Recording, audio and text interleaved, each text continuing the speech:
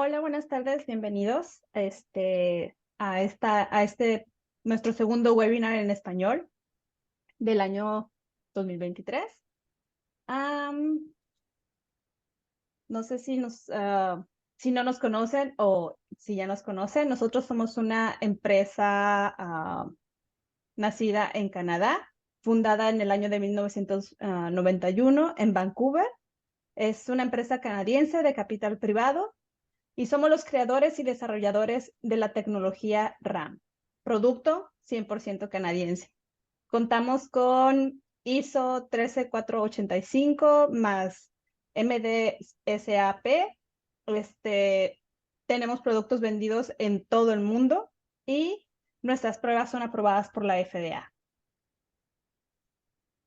Tenemos el gusto de contar el día de hoy con el doctor Manuel Giraldo. El doctor Manuel Giraldo cuenta con más de 35 años de experiencia, ocupando diversos cargos en organizaciones privadas y públicas. Ha trabajado en 3 importantes hospitales de enseñanza en Toronto, uno de ellos como director del Departamento de Medicina de Laboratorio y Genética en el Hospital General de York, Ontario.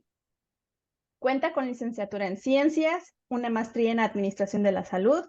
También tiene varias certificaciones, una de ellas como Ejecutivo de la Salud por parte del Colegio Canadiense de Líderes en Salud, así como en Gestión de Calidad de Laboratorio Clínico. También ha realizado varios cursos avanzados en liderazgo y rediseño de sistemas de salud. Demos la bienvenida al doctor Manuel Giraldo. Muchísimas gracias, Carolina, por tu presentación. Muy buenas tardes, buenas noches para algunos que están en el área del este. Buenas tardes para los que están en el área pacífica y en el centro. Mi nombre es Manuel Giraldo y vamos a estar con ustedes en los próximos 40 minutos hablando sobre los sistemas de gestión de calidad. Déjenme, paso la diapositiva, a ver si me funciona. Ya. Quiero comenzar con esta diapositiva que es una frase famosa de John Ruskin. La calidad nunca es un accidente, siempre es el resultado de un esfuerzo de la inteligencia. Es una diapositiva que da muchísimo que pensar y que nos enseña a nosotros que la calidad no es un accidente, sino es un proceso que continuamente se debe mejorar y se debe trabajar. La siguiente diapositiva. A ver. Ok. Quiero antes de continuar contarles que esto es una diapositiva, una presentación que está patrocinada por Response Biomedical. Durante esta presentación vamos a respondernos juntos una serie de preguntas. Por ejemplo, vamos a responder por qué es importante reducir los errores en la medicina de laboratorio. ¿Cómo se genera confianza en los servicios que ustedes brindan? Ustedes que son profesionales de salud, de laboratorio, patólogos, bacteriólogos, bioquímicos clínicos, vamos a poder responder esta pregunta juntos. ¿Por qué qué quieren los pacientes cuando buscan exámenes de sangre o de patología? ¿Qué buscan ellos detrás de ese tipo de información? La siguiente diapositiva es para contarles que vamos a estar hablando sobre el sistema de gestión de calidad basado en la norma 15189. Esta norma es la norma mundial que ha sido ya liberada de 3 diferentes versiones. La más última fue en el 2022, cuando la versión de 2022 incluyó nuevos temas como los de point of care testing, o sea, los exámenes al lado del paciente de la cama, y áreas de seguridad. Con este tipo de norma y estándar, vamos a estar entendiendo por qué mejoramos, por qué si la implementamos, podemos mejorar el rendimiento y al mismo tiempo reducir los errores de diagnóstico. Ustedes saben que los errores del laboratorio varían dependiendo de la etapa en que se esté realizando el examen. Hay etapa preanalítica, analítica y postanalítica. Y recordemos también que el 30%, como mínimo, el 30% de las decisiones médicas, clínicas, están basadas en los exámenes que ustedes, que sus instituciones realizan. Mi experiencia internacional en el cuidado de la salud es experiencia en países latinoamericanos, al mismo tiempo en Canadá, donde llevo trabajando más de 25 años en diferentes hospitales de Canadá, académicos, y en diferentes áreas, no solamente en la parte científica, donde he sido científico de las áreas de hematología, bioquímica, banco de sangre, transfusión sanguínea, genética y microbiología, sino que también he sido en las áreas administrativas, llegando hasta ser el director de laboratorio y de genética de un hospital de la ciudad de Toronto académico. Actualmente trabajo para mi propia compañía de consultoría, haciendo este tipo de trabajo a nivel internacional, acreditación, evaluación de hospitales y laboratorios a nivel global. Es un honor para mí estar con ustedes hoy y comenzamos la presentación.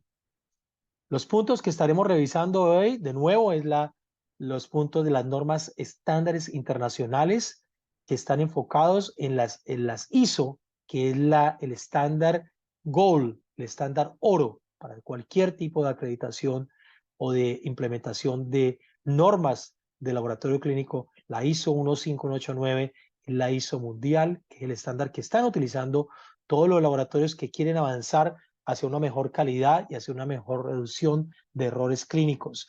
Sé por experiencia que países latinos están trabajando fuertemente en implementar las 15189. Sé que ya hay en cada país de los que nos están oyendo a nosotros hoy, que muchos de sus laboratorios ya están certificados nacional o internacionalmente por acreditadoras como la JCI, como la CAP de los Estados Unidos, como Accreditation Canada, como la UK de Inglaterra, como muchas acreditadoras, o como algunas locales en México, en Colombia, que tienen también sus acreditadoras locales, y otras que apuntan para tener acreditadoras no solamente locales, nacionales, sino internacionales. También vamos a hablar sobre los elementos esenciales de la calidad, el manual de calidad, que muchos de ustedes probablemente ya lo tengan desarrollado o implementado, y vamos a discutir cómo podemos implementarlo en nuestros laboratorios para mejorar y reducir la calidad y la seguridad del paciente, y por qué es importante tener un comité directivo de calidad del laboratorio con representación multidisciplinaria y interdisciplinaria de diferentes personas, diferentes individuos dentro de la institución, no solamente del laboratorio, sino de otras áreas clínicas dentro del laboratorio, dentro del hospital. Y por último, vamos a hablar sobre la retroalimentación al manual de calidad de la organización y las preguntas y respuestas que tendremos también. El sistema de manejo de calidad, quiero en esta diapositiva recordarles que hay varias definiciones de gestión de calidad o de calidad. Una de ellas es por la ASQ, que es la Sociedad Americana de Calidad, y que nos dice que un sistema de gestión de calidad es como un sistema formalizado que documenta procesos, procedimientos y responsabilidades para lograr políticas y objetivos de calidad. La CLSI, que muchos de ustedes sé que la conocen, que es el Instituto de Normas Clínicas y de Laboratorio en Estados Unidos, habla de que calidad es un enfoque sistemático, orientado al proceso en el cumplimiento de los objetivos de calidad. La ISO 15189, si ustedes la abren, el documento, el estándar, encontrarán que la definición que la ISO da es actividades de gestión general, provisión y gestión de recursos, y incluye procesos preanalíticos, analíticos, postanalíticos, evaluación y mejora continua. Por lo tanto, un sistema de gerencia en medicina laboratorio es la base para ofrecer resultados y pruebas confiables de alta calidad. Y recuerden que si tenemos un sistema sólido, reducimos los errores de laboratorio. Ya les decía que en medicina laboratorio hace que los médicos, sus diagnósticos se ayuden hasta el 60-70% de sus decisiones clínicas. Pero al mismo tiempo, un error de laboratorio causa tremendos problemas, impacto en la salud de los pacientes y en las decisiones clínicas de diagnóstico y de tratamiento de los pacientes. Y el 30% de los errores o más se pueden presentar en diferentes etapas del laboratorio. Así que esa reducción de errores produce más satisfacción no solamente del médico, sino del paciente. Y al haber más reputación, pues más satisfacción, pues aumentará la reputación de la institución que ustedes trabajan y habrá ganancia o ingresos mayores para sus instituciones. Es muy importante tener eso en cuenta. Es una cadena que produce el resultado final. Las normas y guías internacionales que vamos a tocar en esta conferencia son basadas en la norma 9001, que le llamo yo a la madre de todas estas normas y estándares internacionales. De allí salió la 15189, principios del año 2000, pero la 9001 salió desde 1990, quizás antes, los primeros pasos de las compañías que hablaban de la 9001. Y yo sé que muchos laboratorios están solo certificados por la 9001. Pues la siguiente es certificarse o acreditarse, mejor todavía, por la 15189. Y vamos a también tener en cuenta guías y publicaciones de entidades famosas reconocidas como la OMS, la CLSI y la SASQ. Son guías que se utilizan a nivel mundial para implementar recomendaciones después de hacer una asesoría o una evaluación de los estados de los laboratorios o de acreditación. Continuamos con la siguiente diapositiva. Esta es una diapositiva que me gusta mucho. Se encuentra en el British Medical Journal. En el año 2013 se publicó, se llama Brain to Brain Loop. O sea, el círculo de cerebro a cerebro, que es básicamente la información, la requisición o la solicitud de los exámenes la hace el médico, ustedes lo ven ahí en la primera parte, y esa solicitud va por una serie de pasos, desde donde en la colección, pasa por la colección donde los flebotomistas o los que toman la muestra, van a tomar esa muestra del laboratorio, idealmente en un área controlada, y hay muchos estándares relacionados con eso, la identifican por lo menos con 2 identificadores, que es el estándar, la transportan bien sea dentro de la institución o de afuera hacia la institución o de la institución hacia otro laboratorio de referencia, se prepara la muestra, o sea, la centrifugan, la separan, en fin, el suero, la orina, toda esta parte, y se analiza a través de diferentes métodos. Puede ser química, microbiología, hematología, con diferentes equipos de laboratorio, o puede ser pruebas pequeñas de pruebas de POCT que muchos de ustedes utilizan, y se está actualmente aumentando el consumo de las pruebas POCT porque son rápidas, eficientes y se pueden hacer al lado del paciente cuando está en emergencia, o se pueden hacer también en el laboratorio y sirven en muchas ocasiones como instrumento backup, o sea, un instrumento adicional en caso que el instrumento mayor se dañe. Y después van a reportarse esta información que pasa de la etapa preanalítica, analítica y posanalítica, le llega de vuelta al médico para que lo interprete. Continuamos con la siguiente diapositiva. A ver. Quiero hacer la primera pregunta a todos que me ayuden a contestar, y creo que tenemos la ayuda del equipo para que podamos todos participar en la respuesta de esta pregunta. Sé que ustedes saben la respuesta y me gustaría muchísimo oírles y saber qué piensan. ¿Cuáles son los ejemplos claves de un sistema de gerencia de calidad sólido, fuerte? ¿Cuántos son los elementos claves?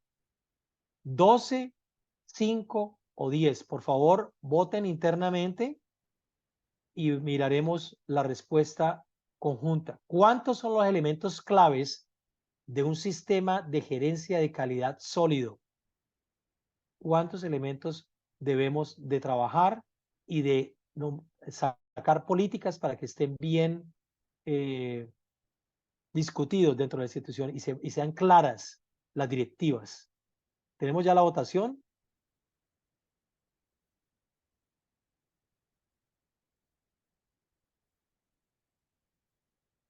A ver.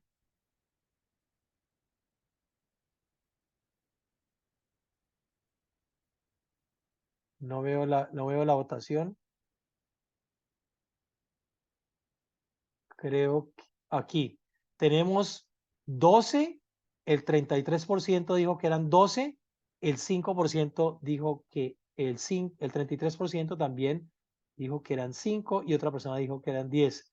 Bueno, no voy a decir que son respuestas equivocadas porque mucha gente está empezando con 5 y otros ya van por 10, pero la respuesta total es 12. Muchos de ustedes han desarrollado políticas y procedimientos para 5 de esos elementos. Les voy a mostrar hoy que son 12 en total y que todos esos 12 tenemos que trabajarlos para que estén al día en nuestra institución. Entonces vamos a comenzar a describirlos y vamos a trabajarlos uno por uno para que veamos la importancia de esos dos elementos clave. Esta conferencia que estamos dando hoy la escogimos especialmente porque sabemos que es la conferencia fundamental de todo el trabajo que se hace en laboratorio. Lo primero que tenemos que saber es el fundamento básico de por qué es importante tener un sistema de gerencia de calidad sólido dentro de nuestra organización. Sin él, todo lo que hagamos no va a ser de la forma más adecuada porque no tenemos el fundamento, la base de ello. Por eso, con el equipo, con Carolina y con todo el equipo de Response Biomedical, discutimos la importancia de esta. Habrá más conferencias de otros temas de calidad, de indicadores, del examen de pruebas de efecto, causa, raíz, de cómo investigar incidentes, de riesgos, en fin, otros temas que se pueden discutir, pero esta es la fundamental. Vamos con la siguiente diapositiva y comenzamos a discutir esos elementos claves que son 12. Es el conjunto de actividades coordinadas que funcionan como bloques de construcción para la gestión de la calidad. Muy importante esa definición. Y son 12. Algunos tienen 5, otros 10, otros han trabajado ya los 12, pero básicamente cuando estamos construyendo un sistema de calidad, tenemos que tener en cuenta que debemos desarrollar e implementar políticas para tener en cuenta la organización, el personal, los equipos, compra, inventario, gestión de proceso, gestión de la información, documentos y registros, gestión de incidencias, evaluación, mejora continua de procesos, servicio al cliente y seguridad de las instalaciones. Vamos a hablar cada una de ellas, los componentes más importantes. En la organización, cuando ustedes estén desarrollando esa política de organización, lo primero que deben de tener en cuenta es cuál es mi política de calidad en mi laboratorio con respecto a mis clientes, a mis pacientes y a mis usuarios. ¿Cómo yo voy a satisfacer las necesidades de ellos? Entonces, en el estándar hay una serie de elementos que se deben de tener, de la 15189, ahí encontrarán los elementos de cómo desarrollar esa política de calidad y cuáles son los objetivos de calidad con indicadores específicos y estrategias para poder llegar a esos objetivos. También esta organización en la ISO 15189 y en el documento de la CLSI y de la OMS nos habla de que tenemos que tener un comité de calidad. Ese comité es muy importante, por favor, recuerden ese comité. Muchos de los laboratorios que he visitado en Centroamérica, en Latinoamérica a nivel global, no tienen un comité de calidad de laboratorio. Ese comité es el motor para que se reúnan de una manera mensual o bimensual y discutan los retos, los desafíos, el progreso y discutan los incidentes o los errores, que discutan los riesgos que han pasado del laboratorio, que discutan análisis de raíz, que discutan auditorías internas, en fin, indicadores de laboratorio, a una serie de puntos que se deben discutir. Si no hay ese comité, se pierde la oportunidad de trabajar en equipo y discutir esos temas tan importantes para mejorar la calidad del laboratorio. Los recursos son importantes en esa parte de ese elemento del ESC, el EEC o elementos esenciales de la calidad y la comunicación. Entonces, la primera parte de esos elementos se llama organización y los puntos que le están describiendo allí es qué puntos se deben de tocar en esa política. En el manual que les voy a dar al final un ejemplo de cómo desarrollarlo, van a encontrar más información y van a poder hacer ustedes, si no lo han hecho, su manual de calidad con todos estos 12 elementos que estamos hablando. El siguiente punto, el elemento se llama personal. No solamente es hacer exámenes de laboratorio, tenemos que también tener una política definida de cómo vamos a contratar a nuestro personal, cómo lo vamos a entrenar, orientar y cómo vamos a asegurarnos que sea competente, cómo vamos a evaluar su desempeño. Son políticas que tenemos que tener definidas, que debemos de ellas sacar procesos y procedimientos y además de eso sacar checklists o listas de chequeo cuando hagamos el entrenamiento a un nuevo bioquímico, a un patólogo cuando le hagamos el entrenamiento a un flebotomy, una persona que toma las muestras de sangre, a cualquier persona que trabaje en el laboratorio, inclusive los que están de contrato o ocasionales, deben de tener un entrenamiento y un análisis de competencias para saber que estén al día y que realmente hagan los exámenes de la forma esperada y que además de eso sigan las políticas como ustedes, los líderes, la han desarrollado. La siguiente diapositiva habla de partes muy importantes, como son la compra e inventario. ¿Cómo seleccionan ustedes a sus proveedores? Ustedes tienen laboratorios, pues tendrán diferentes casas comerciales.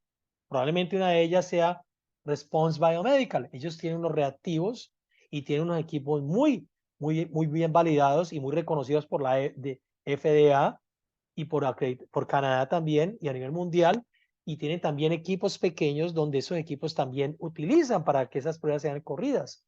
Pues esos equipos y esas pruebas que ustedes están comprando deben de ser validadas. La validación frente a lo que el manufacturador pide o informa en sus catálogos internos, deben de hacer validaciones y deben de tomar un dato fijo de cómo hacer esa validación, una política de qué estudios de validación se deben realizar para cada uno de esos reactivos y cuántas muestras se deben de correr para validar y para validar los rangos de referencia, ¿cierto? Y entonces, esta parte de compras e inventarios nos habla de que los laboratorios tienen que tener un suministro, una selección de proveedores que sean reliable o que sean confiables y que siempre estén dispuestos a ofrecer asesoría cuando se necesite y de tener además de eso un listado de esos suministros, de esos proveedores de reactivos y de consumables que utiliza el laboratorio. Y deben de, además de eso, de saber tener una política de cómo ustedes cuando reciben esos reactivos, cómo los administran. Básicamente es apenas lo reciben, fecha de recibo, cuando se abren, pues la fecha en que se abrió y en la fecha que se caduca el reactivo. Control de procesos. En este control de procesos fallamos mucho en Latinoamérica. He ido a laboratorios que hacen 100, 200 exámenes y nada más 20, 30 de ellos hacen control de calidad. En teoría, todo examen que hacemos nosotros debemos de tener un control de calidad. El número de pruebas que corramos depende del tipo de examen que hagamos, de la frecuencia que lo hagamos y el instrumento que utilicemos. Esa decisión se basa en guías internacionales y en decisiones y discusiones con los patólogos clínicos, con los bioquímicos y con el personal y los jefes de las diferentes áreas del laboratorio. He encontrado fallas donde no hay ese tipo de información adecuada y no se hace control de calidad de algunos exámenes que se hacen esporádicos. Pues la idea es que se haga control de calidad mínimo en esos exámenes esporádicos. También he encontrado fallas con el EQA, el famoso control de calidad externa, ¿sí? O sea, las pruebas de challenge, de reto, de desafíos, no se hacen para todos los exámenes y en teoría se deben de hacer para todos. Y si no se hacen, hay métodos alternativos que la norma 15189 nos dice cómo hacerlos. Continuamos. Los equipos reactivos y consumables, entonces aquí está la norma. Saqué de la norma esta parte que dice exactamente qué tenemos que hacer, que es básicamente el resumen que lo que acabo de decirles. Se mantendrá una lista de proveedores, la compra de los requisitos de producto y el laboratorio debe hacer evaluación del desempeño de los proveedores para que los proveedores siempre estén al día soportándolo en las necesidades del laboratorio. Esto que hace Response Medical es el compromiso de poderles a ustedes dar ese respaldo y esa asesoría continua. Continuamos con los 12 elementos esenciales. El siguiente es el equipo. Como decía, hay equipos en microbiología, equipos menores, equipos mayores, equipos automatizados, equipos pequeños de POCT, ¿sí? Aquí vemos algunos de ellos de Response Medical que utilizan diferentes reactivos consumables para diferentes pruebas. Pruebas de diagnóstico de enfermedades infecciosas, pruebas cardíacas, de hígado, de hepáticas, en fin, diferentes tipos de pruebas para saber marcadores, para saber de cáncer, para saber el estatus y la condición clínica del paciente. Algunas en equipos automatizados, otras en equipos rápidos como los tiene Response Biomedical. Esos equipos que cualquier proveedor venda deben de ser validados dentro de la institución. Y los equipos se validan de diferentes formas. Pues lógicamente hay que validar las pruebas, pero el equipo también cuando se recibe, se debe inspeccionar para que cumpla con lo que el manufacturador está informando. Así que se debe hacer mantenimiento, calibración del equipo y se debe hacer lo que se llama preventive maintenance, mantenimiento preventivo, que por lo general son a veces 1 o 2 veces al año y se hace con la compañía externa que viene a hacerlo. Por lo general para equipos grandes. Otros equipos se pueden hacer internamente o ayuda el departamento de biomédico internamente. Después viene la parte de gestión de la información. Muchos de ustedes tendrán el sistema de LIS, o sea, el Laboratory Information System. Ese sistema es cuando ustedes hacen un examen, si lo hacen en un equipo, la información directamente se cruza al sistema de LIS y ese LIS está ligado al hospital. Esa información le llega automáticamente al médico. Sé que hay mucha variedad de modelos en Latinoamérica a nivel global, donde hay laboratorios que tienen un LIS, pero no están interfaceados los equipos de laboratorio. O sea que está el LIS, pero todos los resultados hay que tipearlos manualmente. Otros que tienen todas las tres cosas, el equipo, interface para el LIS y el LIS está interface con el hospital. Otros que no tienen el LIS y los exámenes se pasan directamente al sistema de información hospitalaria. Está bien el modelo como sea, lo importante es que tengan políticas, procedimientos y procesos para afrontar posibles errores. Por eso se habla hoy en día mucho de Risk Management, gerencia de riesgos. Aquí está, por ejemplo, un ejemplo clave de cómo deben de ustedes de trabajar para que esos reactivos y consumables que compran para bioquímica, hematología, lo que sea, POCT, las áreas sean bien mantenidos y no se deterioren. Entonces, muchos de esos reactivos hay que meterlos en la nevera. En la nevera del laboratorio, que ideal sería bueno tener una nevera diseñada para el laboratorio. Esa nevera diseñada no es la misma nevera que tenemos en la casa. La nevera del laboratorio tiene ventiladores que controlan la temperatura interna del laboratorio y que además hacen que se distribuya completamente en todas las áreas del laboratorio y que además tiene un sistema de defrost, de congelación automática. Esas neveras deben de ser monitoreadas diariamente y deben de ser muchas de ellas ligadas o enlazadas a un sistema de alarma para que si ustedes no estén cerca, las oigan. Por ejemplo, las neveras de banco de sangre deben no solamente de tener una alarma audible en el laboratorio, sino que deben de estar conectadas a un sistema de seguridad ideal, interno o externo, porque quizás si está solo al audible y usted está en la noche y va a tomar un lunch o el almuerzo, cuando vuelva se ha podido dañar todos sus productos de sangre. Entonces, esa nevera debe estar conectada.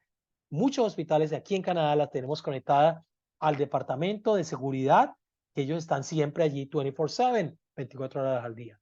Los reactivos del laboratorio deben de estar en esa, deben de siempre llevarse un control fijo y muy importante de ellos.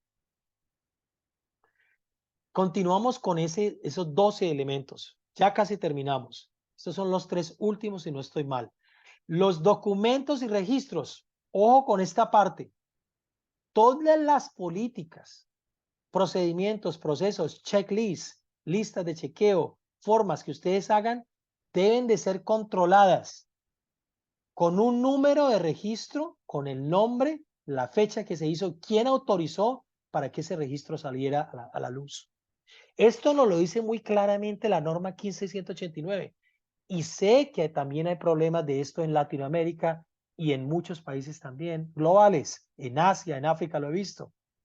Por eso quiero dar esta conferencia hoy, porque sé que es los fundamentos de todo lo que ustedes hacen. Si ustedes hacen estos 2 elementos, lo demás es simplemente control y manejo de ello y mejoría. Pero estos elementos son claves para que funcionen sus laboratorios.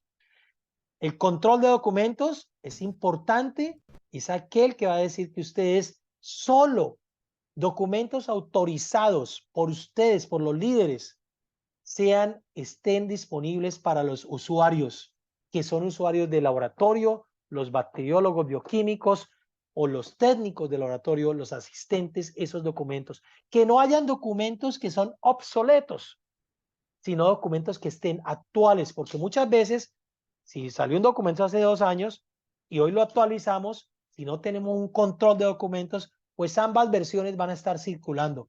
Lo que se persigue es que solo el documento que sea más actualizado esté disponible y que no haya una cosa que se llama en inglés abridged instructions, o sea, que esté por ahí, por la pared del laboratorio, una cantidad de papelitos escritos a mano de cómo hacer el examen del laboratorio, solo que venga del procedimiento. Esto lo he visto mucho en las acreditaciones de visitas que hago en Latinoamérica. Por último, la gestión de quejas. ¿Cómo nos damos cuenta si estamos haciendo las cosas bien? ¿Cómo nos damos cuenta que nuestros pacientes y nuestros médicos, nuestros usuarios, estén contentos con nuestros servicios, estén satisfechos con lo que hacemos? Pues bien, una forma es proactiva y otra forma es esperar a que nos digan. La norma nos habla de que seamos proactivos. ¿Y cómo es eso? Pues bien, podemos hacer encuestas sencillas, 5 preguntas. ¿Qué tal se hizo la flebotomía? ¿Esperó mucho? ¿Qué tal le parece la limpieza del laboratorio? ¿Qué tal el baño? 5 preguntas con múltiples choice y que la gente las entrega fáciles y monitorear esas respuestas y la última que sea alguna recomendación. Mucha gente las hace, mucha gente no las hace o mucha gente las hace una vez al año. No, hagámoslas cada mes o cada 2 meses mínimo y dejemos también para que la gente buzones de sugerencia abierta. Y no solamente a los usuarios, sino también a los médicos. Vamos a mandarles encuestas a ellos para que sepamos si están satisfechos con los tiempos de espera o los tiempos de respuesta, si están satisfechos con la calidad, si quisieran tener nuevos exámenes. Claro que ellos piden siempre más, pero vamos a oírlos y a discutir por qué no se puede o por qué sí se puede. Es importante eso, es buscar la satisfacción del paciente, del médico y mejorar la reputación del laboratorio en general. Y por último, la evaluación del laboratorio. Les conté que muchos de ustedes ya tienen la auditoría externa, muchos de ustedes ya están probablemente acreditados, algunos no, o algunos están en el proceso, pero lo que se espera es que haya una acreditación ideal, externa, ¿sí? Nacional o internacional, y que mientras se haga eso y después de que esté acreditado, que el laboratorio haga auditorías internas. Esas auditorías se deben de hacer anualmente, idealmente, y se deben de hacer con nuestro mismo personal, intercambiando las sesiones y simplemente desarrollando políticas y procedimientos y entrenamiento de cómo hacer esas auditorías, porque el proceso de calidad y de acreditación es solamente cada 3 años, pero el proceso de calidad es un proceso continuo, de mejoramiento continuo. Entonces, eso lo debemos de tener en cuenta para poder hacer esas auditorías y aprender de ellas de una manera permanente. Esto nos habla de la evaluación y las auditorías. Los resultados se deben discutir con la administración y planificar auditorías de los procesos analíticos, postanalíticos y de soporte. Lo dice directamente la ISO. Por último, el mejoramiento continuo. El mejoramiento continuo que utiliza un sistema de planear, de PDCA, Plan, Do, Check and Add, chequear y add. En español creo que se llama hacer, valorar, asesorar y revisar, ¿sí? Es el famoso sistema de mejoramiento de calidad donde continuamente estamos buscando cómo mejorar. Debe haber políticas y debe haber una metodología de cómo hacer esa evaluación, cómo evaluar los riesgos, acciones preventivas y correctivas. El servicio al cliente, opiniones de los clientes, los que le decía anteriormente. Y por último, las instalaciones y la seguridad, que es que todo lo que hacemos en el laboratorio debe estar controlado.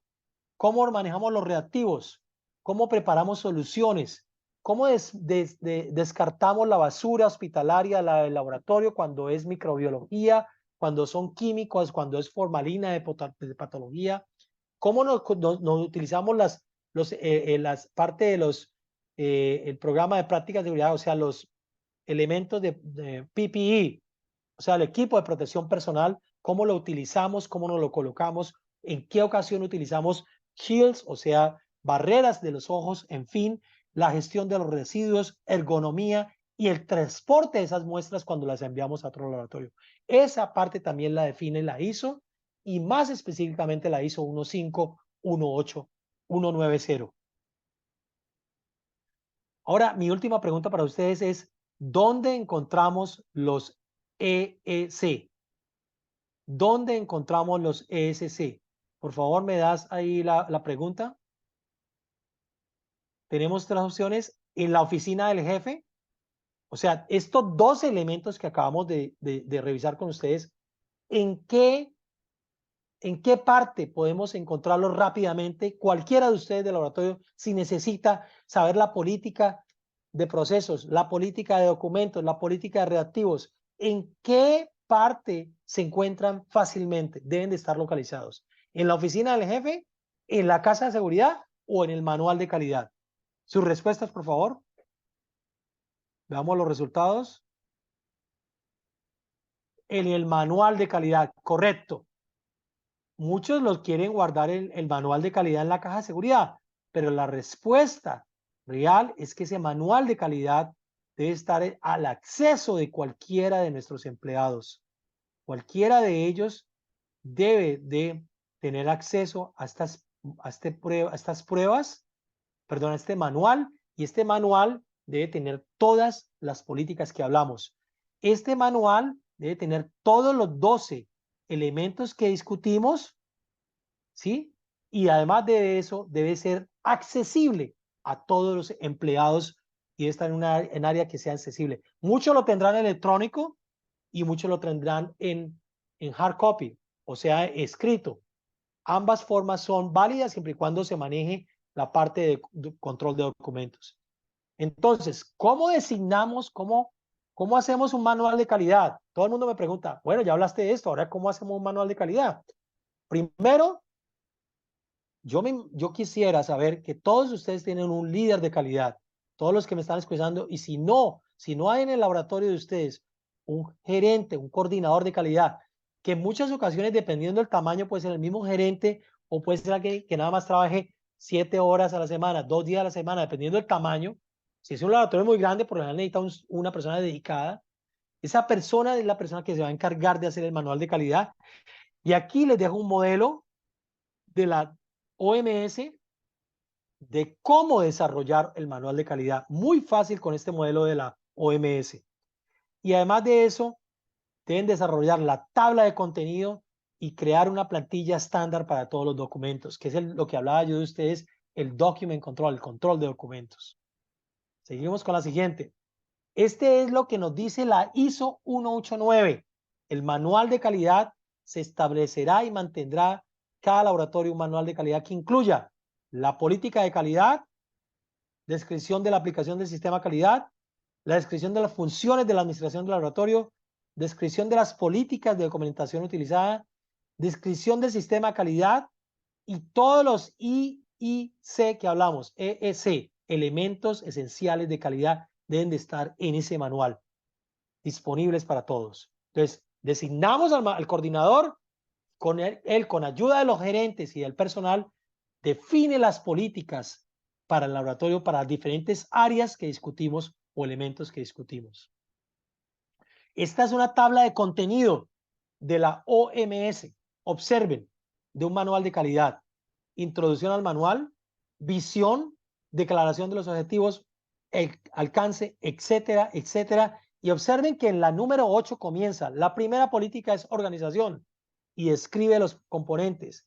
La segunda política en el número 15, instalación y seguridad, define los componentes. La 22, equipos, define los componentes. Entonces, este tabla de contenido que sea el template para que ustedes lo utilicen y puedan desarrollar su propio manual de calidad si no lo tienen. Y si lo tienen, recuerden que hay que actualizarlo y hay que revisarlo una vez, por lo menos una vez al año. Si no se actualiza, pues por lo menos revisarlo. Pero hay que colocar esa información que se revisó. Ya para terminar, vamos a hablar de que la implementación de un sistema de gestión de calidad tiene varios elementos fundamentales, entre ellos que todas las políticas que hablamos para estos elementos sean definidas con procesos y procedimientos. Muchas veces encuentro manuales de calidad con miles de procedimientos para cada política. No, no, no. En el manual de calidad solo se hace la política y el proceso y algunos pequeños uno que otro procedimiento. Los procedimientos son individuales para cada disciplina. Habrá un procedimiento para hematología y ese es un manual solo de hematología. Habrá uno para bioquímica, pero las políticas, los procesos sí se pueden definir ese manual de calidad para que no sea tan robusto. Se debe tener un líder de calidad y se debe de tener en cuenta el comité directivo de calidad, que es muy importante y podemos hablar más de ello más adelante. Gracias a ustedes. Ahí les dejo mi información. Ha sido un placer estar con ustedes y ahora estoy disponible para las preguntas para Carolina y para el grupo. Muchísimas gracias.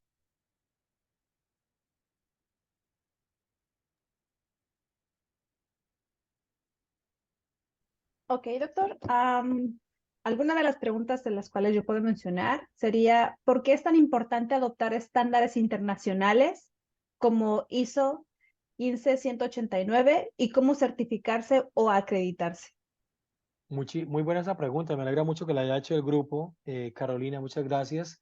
La ISO 15189 es la ISO más reconocida mundialmente que, que brinda todos los componentes necesarios para que un laboratorio no solamente sea fuerte en la etapa analítica, preanalítica y postanalítica, sino en la parte gerencial de calidad.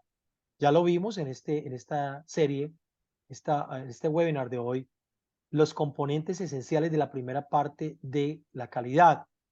Esos 12 componentes dan el fundamento de cómo manejar un laboratorio con principios fundamentales de calidad y de gestión, y de ahí se desarrolla ya otra serie de cosas de las diferentes disciplinas. Pero esa ISO le brinda, no existía la ISO hasta el 2000, y no, era general, la de 9001. En el año 2000 sale la primera versión del 2001-2002, y esta versión empieza a brindarle a los laboratorios información detallada de cómo desarrollar esos sistemas específicos para el laboratorio, porque el laboratorio da mucha información médica y esa información se traduce en diagnóstico, tratamiento y manejo de pacientes. Si eso no está bien controlado, no está bien desarrollado, pues se cometen muchos errores. Entonces es muy primordial. Ahora, ¿por qué? Ahora, antes de entrar en la siguiente fase de la pregunta, hay muchos estándares y hay otras organizaciones que han tenido diferentes modelos, pero la ISO es la más reconocida mundial. ¿Cómo se acredita y cómo certifica? Primero hay que desarrollar, hay que diferenciar este tipo de lenguaje. Acreditación es cuando viene un cuerpo externo que está acreditado por una organización internacional, por lo general se llama ISCUA para hospitales o ILAC para laboratorios ILAC, y esas dos organizaciones tienen ya un proceso también de ser acreditados y vienen con asesores o con acreditadores, inspectores entrenados en ISO y que han trabajado con mucha experiencia en hospitales y en laboratorios para venir con una serie de ojos externos, una serie de pares de ojos externos a acreditar y a revisar que lo que se está haciendo esté conforme al estándar. Mucha gente dice, no, es que estoy certificado. Certificado es otro tipo de información que no utiliza, en muchas ocasiones no utiliza la visita de pares ni de entidades certificadas. Entonces, los invito a que sigan trabajando sobre ese proceso. Mucha gente comienza con certificación y después con acreditación. ¿Cómo lo pueden hacer? Hay acreditadoras mundiales en Canadá, en Estados Unidos, en UK. Hay muchas acreditadoras a niveles nacionales y en Latinoamérica también. Gracias por la pregunta. Siguiente. Perfecto, Si tienes muchas más. gracias. Otra de las preguntas que tenemos es, ¿cómo mantener un equilibrio entre los recursos que se requieren consumir para las diferentes verificaciones, como los controles de calidad, para las pruebas y el costo que esto implica? Eso es una muy buena pregunta. Excelente pregunta, porque esa pregunta me pone a pensar en que sí, es verdad, los controles de calidad son costosos. En muchos laboratorios que he visitado, sé que no llegan o llegan difícilmente en algunas casas comerciales. y que son costosos, son materiales preciosos.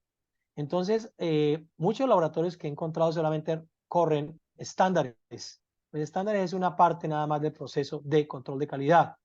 Los controles por lo general vienen dependiendo del tipo de prueba, que si sea cualitativa, semi-cuantitativa o cuantitativa, hay controles que pueden ser controles que son dos niveles, un nivel o 3 niveles. Y esos controles son externos.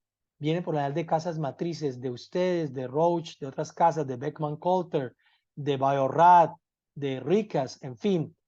Pero recordemos que hace 20 años, 30 años, los libros nos dicen que también podemos fabricar nuestros propios controles. Cuando la gente me dice a mí, Manuel, es que tenemos, doctor Giraldo, tenemos este tipo de instrumento, pero los controles son muy costosos. Les refiero a lo que hacíamos hace 30 años, que es preparar el mismo pool de plasma para química. Se pueden utilizar pruebas de hemograma, se puede utilizar un vial, un container de sangre de un paciente para hemograma o biometría sanguínea, y se le puede sacar 2 estándares de deviación con el CB, y eso se puede utilizar para correr hasta 2, 4 veces. O sea, se pueden fabricar controles para pruebas de coagulación, pruebas de química, pruebas de hematología directamente, y otras pruebas con material y con pacientes, con sangre de pacientes o con plasma de paciente, y eso se puede combinar para que el control que compramos no sea tan costoso. Entonces es una forma de balancear el costo de verificación y de cuántos controles debemos de correr al día. Ok, muchas gracias por su respuesta, doctor. Tenemos otra pregunta. Si bien se pueden manejar distintos listados de los elementos de calidad, ¿cómo puedo definir cuáles son los que más les convienen a mi organización o necesariamente se tienen que tener en cuenta los 12 elementos mencionados? Excelente pregunta, porque yo sé que esa pregunta, esto de que hablamos hoy, pone un desafío de desarrollar políticas. Pone un desafío, un tiempo adicional que tenemos que hacerlo.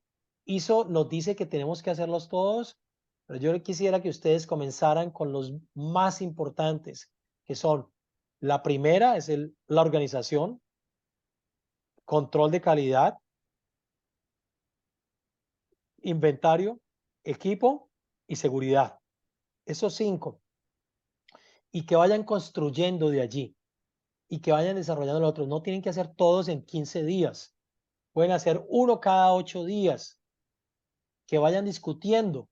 Se comienza por algo, pero lo ideal es que hagan los 12, porque los 12 van a consolidar las políticas y las directivas para todos esos procesos de laboratorio. Si no, entonces, si no hacemos sino 5 y no lo hacemos nunca más los demás, pues eso va a sugerir de que después, si tienes un problema en un área que no has desarrollado la política, no sepas qué hacer. Y la idea de todo esto es saber prevención, que cuando suceda el problema, tenemos la política. Entonces, podemos hacerlo de una manera ordenada, secuencial, como les dije, esos 5 primero, pero no olvidar que hay que continuar con los otros. Excelente, muchas gracias por su respuesta. Otra de las preguntas, ¿cómo se puede mantener un sistema de gestión de calidad sólido?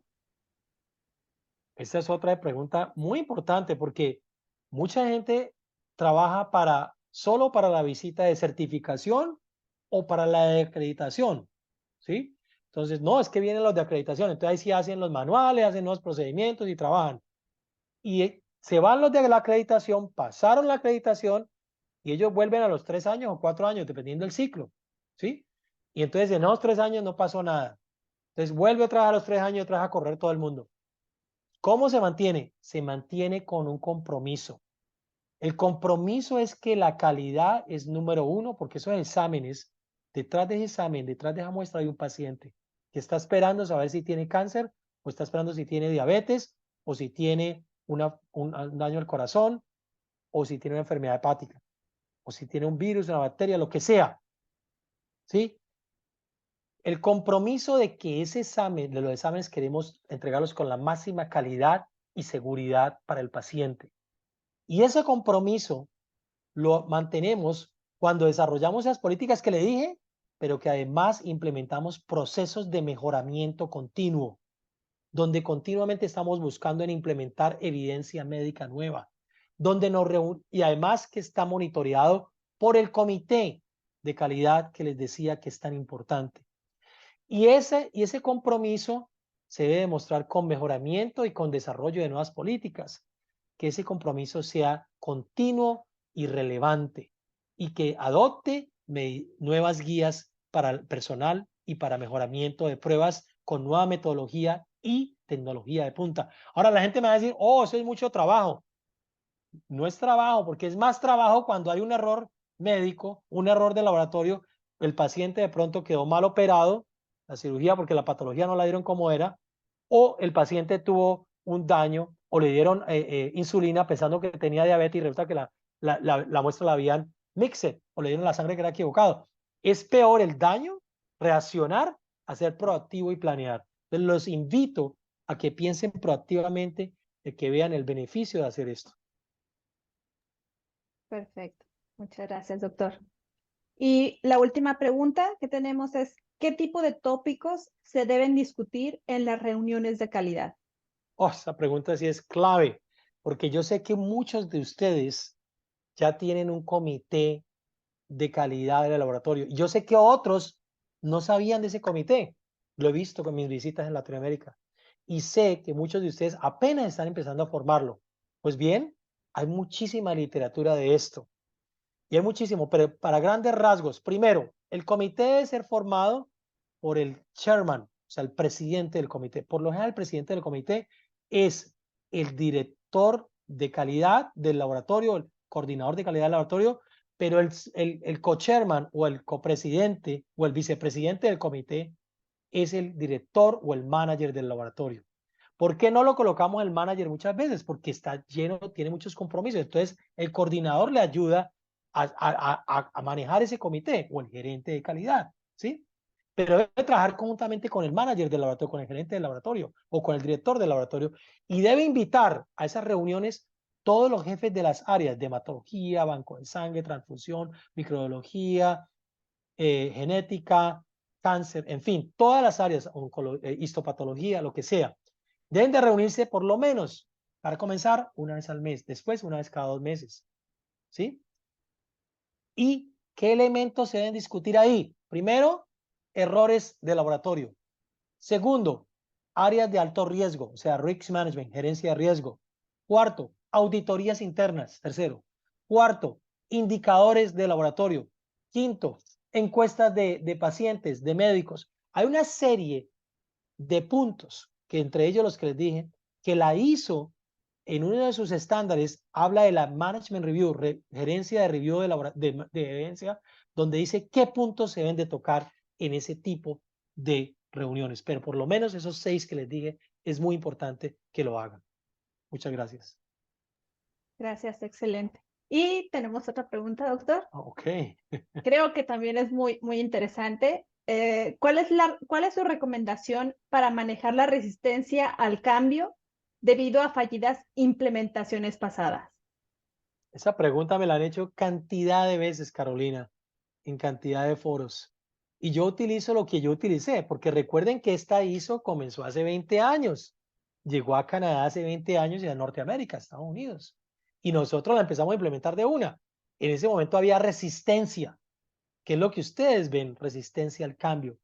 Pues yo utilicé una metodología muy famosa de un autor que se llama Kotter, ¿sí? En inglés el libro se llama Leading for Change, o sea, liderando el cambio. Ese autor habla de que para liderar el cambio se debe tener una visión fija de dónde vamos. Se deben encontrar campeones que crean en lo que estamos haciendo y por qué es importante hacerlo. Esos campeones nos van a ayudar. Y se debe mostrar rápidos ganancias y se debe mostrar información continuamente y comunicar. Entonces, porque siempre en cualquier organización hay personas que hacen ruido, los noisy, personas que se oponen al cambio, y hay personas que sí quieren y que saben los beneficios. Entonces tenemos que acobijarnos de esos que quieren el cambio, que ven la importancia de mejorar la calidad la seguridad de cometer 0 errores, ¿sí? ¿Por qué queremos eso? Paciente, primero, centro de atención el paciente. Cuando tenemos eso claro, sabemos que es importante hacer este tipo de cosas. Entonces, los invito a que tengan en cuenta eso. El comité que les dije es donde más se genera ese tipo de asociaciones y donde más se puede ayudar para que ese cambio se genere. Información permanente. Los famosos en inglés que le llaman huddles, o sea, reuniones cortas con el personal. Ayudará mucho a ustedes a que ese cambio se desarrolle y se implemente. Muchas gracias. Gracias, doctor. Muchas gracias por todas las participaciones que hemos tenido de los participantes, al igual de todas nuestras aclaración a nuestras dudas, doctor. Con Y mucho gusto. nos cuesta más que nada agradecerle por la participación, agradecer a los participantes que asistieron a este evento. Recuerden que este webinar lo pueden encontrar en nuestro canal de YouTube. Muchísimas gracias y que pasen buena Muchísimas noche. gracias. Hasta la Igualmente. próxima. Hasta Hasta la la próxima. próxima.